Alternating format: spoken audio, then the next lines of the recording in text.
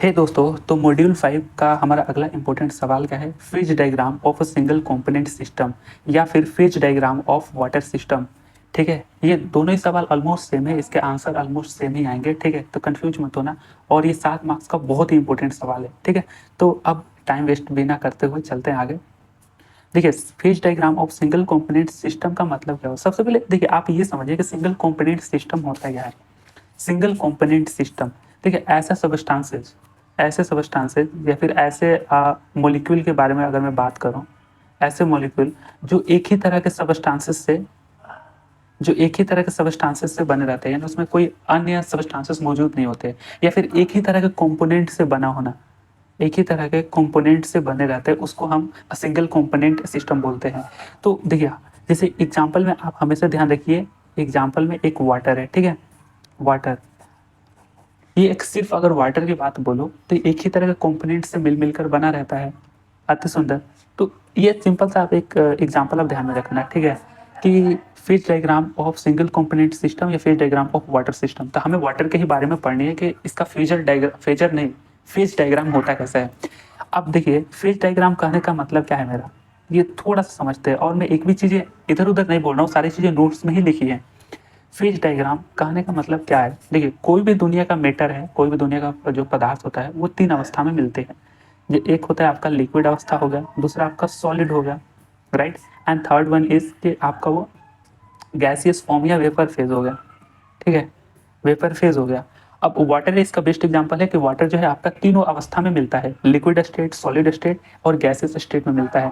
अब जो कोई भी मटेरियल होता है, देखना, दो चीज़ों की उपस्थिति में ये अपने फेजेस को चेंजेस करते रहते हैं, टेम्परेचर और एक प्रेशर। अगर टेम्परेचर प्रेशर इन पे लगते हैं, लिक्विड सॉलिड या गैस पे, तो ये एक दूसरे के फॉर्म में आना शुरू कर देते हैं।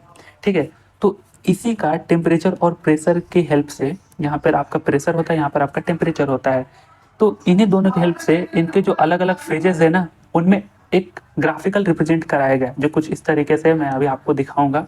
ग्राफिकल रिप्रेजेंटेशन किया गया, कोई सबस्टांस सॉलिड है, कब लिक्विड बन रहा है, कब वो गैसेस फॉर्म में है, तो इसका एक ग्राफिकल रिप्रेजेंटेशन किया गया, उससे कोई फेज डायग्राम बोलते हैं।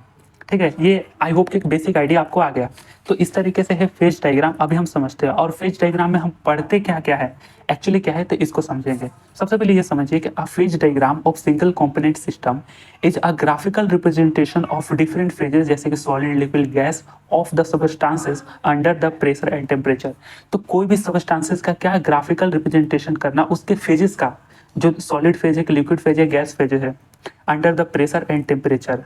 तो आप समझे, बहुत अच्छा। देखिए, water is a common example of single component system. बस आप ध्यान में रखिए, वाटर एक एग्जांपल है, because it contain only one chemical constituent, hence the component C is one. Component को सी से डिनोट करते हैं, इसका कंपोनेंट वन है। तो देखिए, सिंगल कंपोनेंट सिस्टम का मतलब ही क्या हो, वो एक ही तरह का कंपोनेंट उसमें मौजूद है, तो उसका सी यानी कंपोनेंट की वैल्यू वन होता है।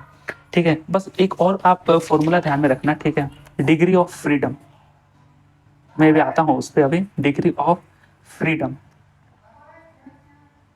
डिग्री ऑफ फ्रीडम को एफ से डिनोट करते हैं, इसका फॉर्मूला होता है सी माइनस पी प्लस टू। ये फॉर्मूला आप ध्यान में रखना, जहाँ पे डिग्री ऑफ फ्रीडम को एफ से डिनोट करते हैं।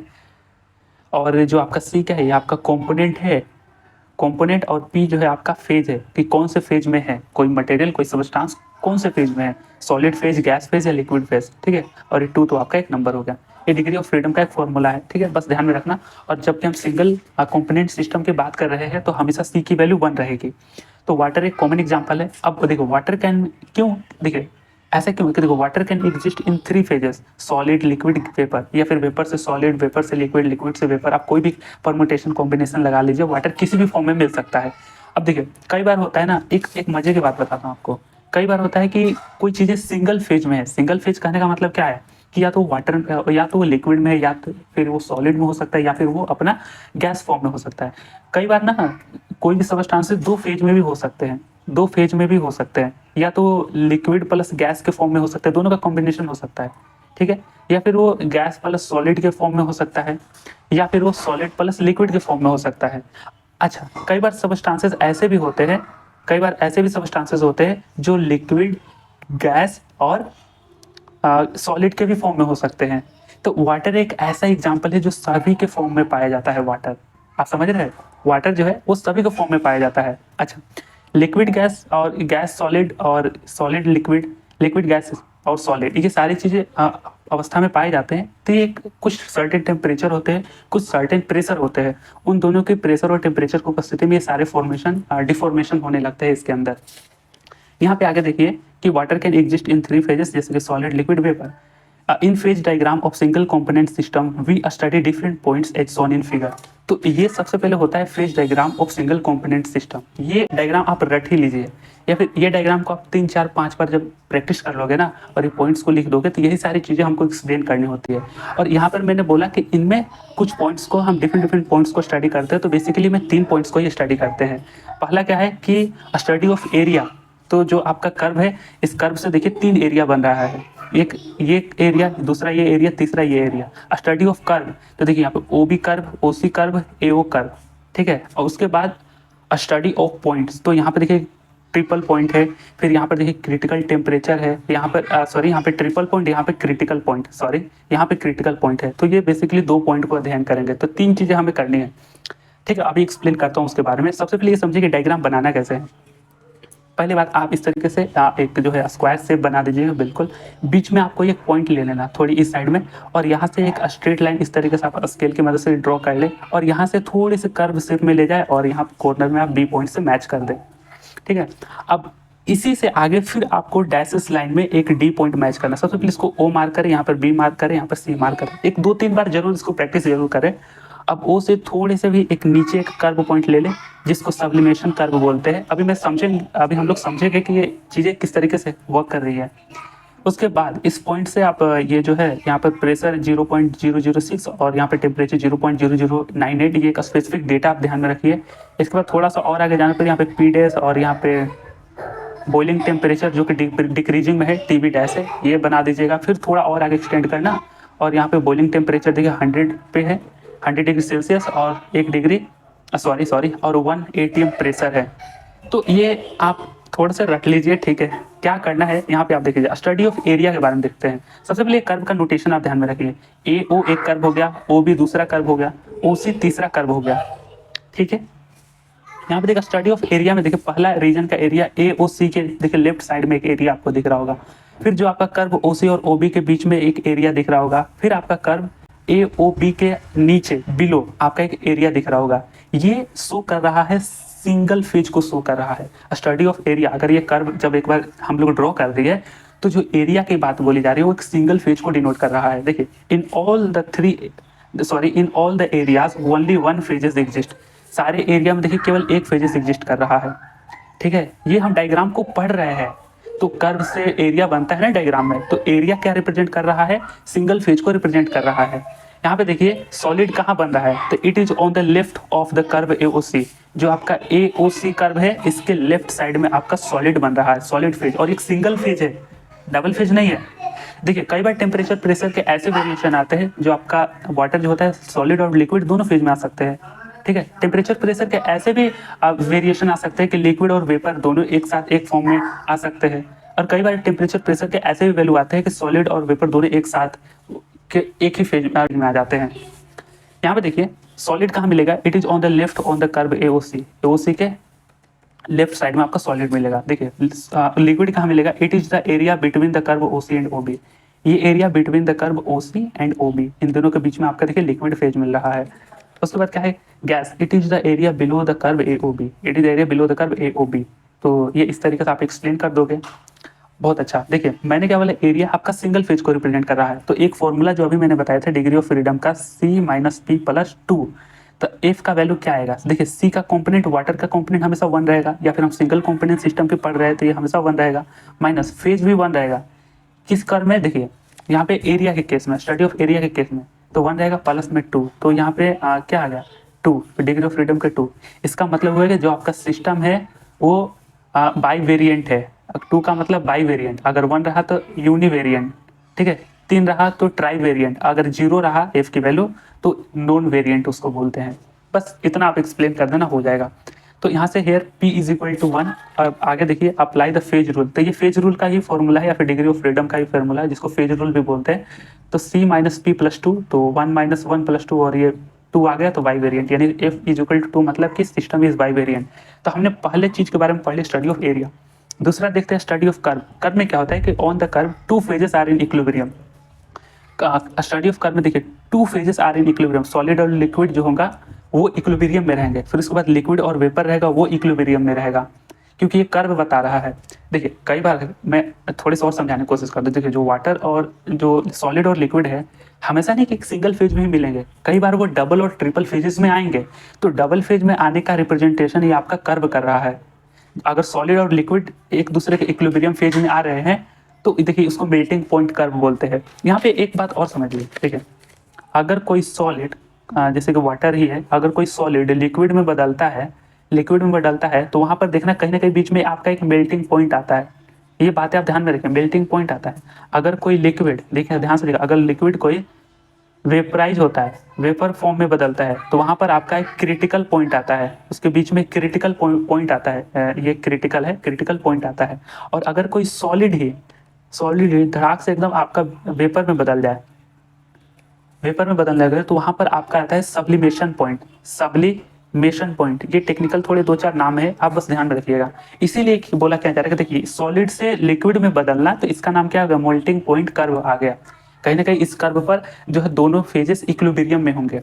अब देखिए इक्विलिब्रियम वर्ड कहने का मतलब क्या हुआ, अगर जैसे देखिए ये सॉलिड और लिक्विड, सॉलिड से लिक्विड में बदलना चाहे लिक्विड से सॉलिड में बदलना, दोनों चीजें सेम ही है, ठीक है, एक दूसरे के इक्विवेलेंट है।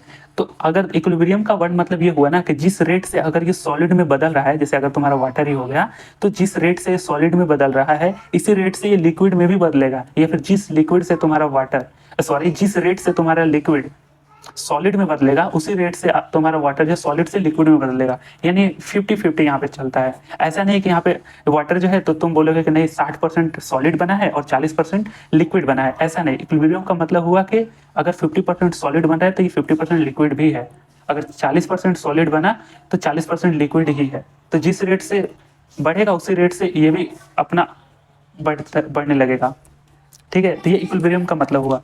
तो जो आपका ओसी कर्व है, ध्यान से देखिएगा यहाँ पे, देखिए on the curve two phases are in equilibrium, तो देखिए two phases are in equilibrium को दर्शा रहा है। कहीं ना कहीं तो ऐसा पॉइंट आएगा सॉलिड लिक्विड एक दूसरे के इक्विलिब्रियम में होंगे, लिक्विड वेपर एक दूसरे के इक्विलिब्रियम और सॉलिड वेपर एक दूसरे के इक्विलिब्रियम। यहाँ पे देखिए पी का वैल्यू तो ऑब्वियसली फेज है तो टू फेजेस हो गए, और एफ का वैल्यू क्या होगा, सी माइनस बी प्लस टू, तो सी का वैल्यू 1 रहेगा, -2 + 2 तो ये 1 आ गया। एफ का मतलब 1 हो गया, तो इसका मतलब क्या होगा, सिस्टम इज यूनिवेरिएंट, ये इतना आप लिख सकोगे। अब देखिए सॉलिड से लिक्विड या फिर लिक्विड से सॉलिड, ये कब होता है, इट इज अलोंग एसओ क्या बोल रहा हूँ मैं, देखिए सॉलिड से लिक्विड, लिक्विड से सॉलिड, इट इज अलोंग ओसी। तो जो आपका ओसी कर्व है इसी के अलोंग ही बन रहा है, सॉलिड से लिक्विड या लिक्विड से सॉलिड। देखिए फिर सॉलिड से वेपर या वेपर से सॉलिड, तो सॉलिड से देखिए सॉलिड से वेपर या वेपर से सॉलिड, तो ये अलोंग एओ के बीच हो रहा है, इट इज अलोंग एओ, ठीक है। तो दिस कर्व इज अलोंग ओए, चाहे एओ कुछ भी बोलो आप। लिक्विड से वेपर या वेपर से लिक्विड, इट इज अलोंग ओबी। तो इतना चीजें तो आप लिख ही लोगे। यहाँ पे देखिए द कर्व ओए जो है, जब एक बार आप इस डायग्राम को याद ही कर लोगे ना तो चीजें लिखना आसान हो जाएगी। द कर्व ओ ए, देखिए ये कर्व ओ ए है, ये the curve O A is known as sublimation curve of solid. Ice बोल, देखो वाटर सिस्टम की बात बोली जा रही है तो यहाँ पे आप आइस लिखना, और जबकि सिंगल कंपोनेंट सिस्टम की बात बोले तो यहाँ पर आप सॉलिड वर्ड यूज करना। तो देखिए the curve O A is known as sublimation curve of ice. तो देखिए ये कर्व ओ ए जो है सब्लिमेशन कर्व ऑफ आइस। मैंने बोला सब्लिमेशन पॉइंट कब आता है, जब कोई सॉलिड से वेपर में बदल रहा है, यानी आइस से वाटर जो है, तो आइस से वाटर वेपर में बदलेगा। तो ओ ए क्या रिप्रेजेंट कर रहा है, सब्लिमेशन कर्व ऑफ सॉलिड या फिर सब्लिमेशन कर्व ऑफ आइस। इसी तरीके से ओ बी क्या रिप्रेजेंट करता है, ओ बी रिप्रेजेंट करता है vapour pressure curve of liquid या vapour pressure curve of water liquid. O C represent करता है vapour pressure curve of solid, हाँ vapour pressure curve of solid. यहाँ पे थोड़ा पढ़ते हैं और चीजें क्लियर आ जाएंगे। The curve OA is known as sublimation curve of solid या ice. At this curve ice is equilibrium with water vapour. तो OA के बीच में क्या है, आइस या फिर solid is equilibrium with water vapour, या फिर वेपर से भी डायरेक्ट बोल सकते हैं, solid is equilibrium with water vapour. तो ये जो पॉइंट है यहीं पर एक ऐसा कर्व आएंगे जहां पर दोनों चीजें एक दूसरे के इक्विलिब्रियम में मिलेंगे, ना ही ज्यादा वेपर बनेगा ना ही ज्यादा सॉलिड बनेगा, दोनों एक साथ इक्विलिब्रियम में रहेंगे। समझ रहे हैं। तो देखिए सॉलिड से वेपर या वेपर से सॉलिड हो रहा है ओ ए कर्व में। शायद मैं चीजें थोड़ी ज्यादा ही रिपीट कर दे रहा हूँ, ठीक है कोई बात नहीं। दूसरी चीज में था curve O B is known as vapour pressure curve of liquid या वाटर। तो O B is vapour pressure curve of liquid या फिर वाटर, इसका वेपर प्रेशर कर्व है। यहाँ पे क्या होगा, at this point, at this sorry point नहीं, at this curve liquid is equilibrium with vapour. तो यहाँ पर liquid is equilibrium with vapour, या अगर वाटर की बात करें तो water is equilibrium with water vapour. यहाँ पे उदाहरण है वाटर, इसलिए आप वाटर के कंटेक्स्ट में भी लिख पाएंगे अगर एग्जाम में दे दे कि draw the phase diagram of water component system, ठीक है। तो देखिए वाटर लिक्विड से वेपर फेज, देखिए लिक्विड से वेपर फेज, वेपर फेज से लिक्विड, ये साइन का मतलब कि ये से ये भी हो रहा है, ये से ये भी हो रहा है। लास्ट चीज है हमारा द कर्व ओ सी। देखिए ये O C the curve O C is known as melting point curve या फिर फ्रीजिंग पॉइंट कर्व। इसको मेल्टिंग पॉइंट कर्व या फ्रीजिंग पॉइंट कर्व बोलते हैं, दोनों नाम आप ध्यान में रखिए। ऑफ सॉलिड, ठीक है इसका है। देखिए यहाँ पे eight this curve solid is equilibrium with water. तो इस कर्व पे क्या है, solid is equilibrium with water liquid. यहाँ मुझे लिखना चाहिए था वाटर लिक्विड, हाँ लिखा तो है solid is equilibrium with water liquid. तो यहाँ पे देखिए सॉलिड से वाटर या वाटर से सॉलिड हो रहा है, तो आप समझ गए। लास्ट क्या है, स्टडी ऑफ पॉइंट्स। ये तीसरा पॉइंट हमें लास्ट पढ़ना है। पहला है ट्रिपल पॉइंट, दूसरा है आपका क्रिटिकल पॉइंट। ट्रिपल पॉइंट में क्या होता है कि देखिए आपका तीनों फेजेस इक्विलिब्रियम में होंगे। यानी कि देखिए वाटर का एग्जाम्पल तो वाटर है ना, तो वाटर का एक ऐसा कहीं ना कहीं आएगा फेज जहाँ पर तीनों चीजें एक ही अवस्था में लेंगे, और ये सारी चीजें वेरिएशन होगी प्रेशर पर, टेम्परेचर पर। तो वहां पर देखिए ट्रिपल पॉइंट का मतलब क्या है कि वाटर जो है तीनों फेज में आएगा, सॉलिड लिक्विड और वेपर फेज में आएगा। कब, जब तुम्हारा टेम्परेचर 0.0098 डिग्री सेल्सियस हो और प्रेशर तुम्हारा 0.006 एटीएम हो। ये डेटा इंपॉर्टेंट है, ट्रिपल पॉइंट में भी शॉर्ट नोट्स आते हैं। The point where solid liquid and vapour, अगर वाटर की बात बोली जा रही है तो ice water and vapour water, ठीक है, या water vapour. So the point where solid liquid and vapour exist together in equilibrium at a specific temperature. देखिए at a specific temperature 0.0098 and a specific pressure 0.006 ATM. इस पर जो है कोई भी लिक्विड जो है ऑलमोस्ट वो तीनों फेज में एग्जिस्ट करता है। तो यहाँ पर फेज क्या है, 3 है, तो डिग्री ऑफ फ्रीडम या फिर फेज रूल की मदद से C-P+2, तो 1 - 3 + 2, तो ये 0 आ गया, ठीक है, डिग्री ऑफ फ्रीडम। तो सिस्टम इज नॉन वेरिएंट, इतना आप लिख सकोगे। लास्ट में आपके क्रिटिकल पॉइंट भी कुछ नहीं है, the point where liquid and vapour phases of substances become identical and form a super critical fluid. यहाँ पे क्या होता है ना कि देखिए ये क्रिटिकल पॉइंट है ना, इसके बाहर अगर कर्व जाता है ना तो तुम्हारा लिक्विड है वो पूरा वेपर में बदल जाता, तुम्हारा लिक्विड पूरा वेपर में बदल जाता है। ये अगर इस क्रिटिकल पॉइंट के आगे जाता है, तो ये क्रिटिकल पॉइंट का मतलब देखिए क्रिटिकल पॉइंट पर क्या होता है ना कि दोनों का कॉम्बिनेशन रहता है, दोनों फेजेस ऑलमोस्ट उस पर एग्जिस्ट करती है। ये देखिए दोनों फेजेस ऑफ सब्सटेंसेस एग्जांपल हमारा वाटर है कि the point where liquid and vapour phases of water become identical and form a super critical fluid. हालांकि जो दोनों आइडेंटिकल बन जाते हैं, दोनों ऑलमोस्ट मिक्स हो जाते हैं, वाटर जैसे लिक्विड और वेपर का मिक्सर हो जाता है, और वो आइडेंटिकल का मतलब वही होता है जिसको हम बोलते हैं सुपर क्रिटिकल फ्लूइड। तो ये डेफिनेशन आप ध्यान में रखना। आई होप ये जो आपको समझ में थोड़ी बहुत आई होगी, मैंने चीज़ों को कई बार रिपीट कर दिया, कई दफ़ा मैंने रिपीट कर दिया। Phase diagram of single component system या वाटर सिस्टम। अगर मैं लास्ट में अगर थोड़ा सा बस रिवाइज करने की कोशिश करें, यहाँ पे आप लिख देना कि TFA आपका फ्रीजिंग पॉइंट है और TB आपका बॉइलिंग पॉइंट है। होता क्या है कि देखिए phase diagram of water system में क्या है, देखो वाटर का 3 फेजेस सॉलिड लिक्विड गैस, और वो चीज़ें टेम्परेचर और प्रेशर और टेम्परेचर पर होती है, ठीक है। तो इन दोनों के बीच में एक कर्व ड्रॉ किया गया है, जो कि फैक्चुअली कर्व डेटा जो ड्रॉ किया गया उनका हम स्टडी करते हैं। तो यहाँ पर क्या स्टडी करते हैं, पहले तो कर्व के बारे में स्टडी करते हैं, OC हो गया, OA हो गया, OB हो गया। दूसरा इसके एरिया के बारे में स्टडी करते हैं, और तीसरा इसके पॉइंट के बारे में स्टडी करते हैं।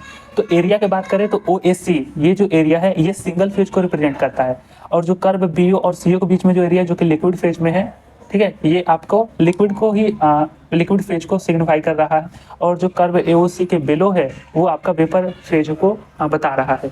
उसके बाद जो आपका कर्व है, ये कर्व बताता है, जैसे OC कर्व आपको बताता है मेल्टिंग पॉइंट कर्व को, जहाँ पर क्या आता है, जो आपका वाटर जो सॉलिड है वो लिक्विड के साथ इक्विलिब्रियम में रहता है इस कर्व पर। उसके अलावा जो आपका OC है, जहाँ पर लिक्विड और वेपर एक दूसरे पे इक्विलिब्रियम में रहता है, और इसको वेपर प्रेशर कर्व बोलते हैं। और जहाँ पर सॉलिड से वेपर के बीच जो इक्विलिब्रियम कर्व है ये है, जिसको सब्लिमेशन कर्व बोलते हैं, इक्विलिब्रियम स्टेट में आते हैं, ऐसे बोलना चाहिए मुझे। तो ठीक है, चीज़ें ऑलमोस्ट थोड़ी बहुत समझ में आ गई। अगर ये डायग्राम आप सिर्फ बना दो तो 4 नंबर आपको डायरेक्ट मिलेंगे, बाकी थ्योरी आप देख देख कर थोड़े बहुत तो लिख ही लोगे, ठीक है। तो आई होप ये वीडियो थोड़ी समझ में आएंगे, और थोड़ी लंबी भी हो गई, बट सॉरी फॉर दिस। कोई बात नहीं, आप 2x पे भी देख लेना। तो धन्यवाद, इसी के साथ मिलेंगे आपसे अगले वीडियो में। बाय।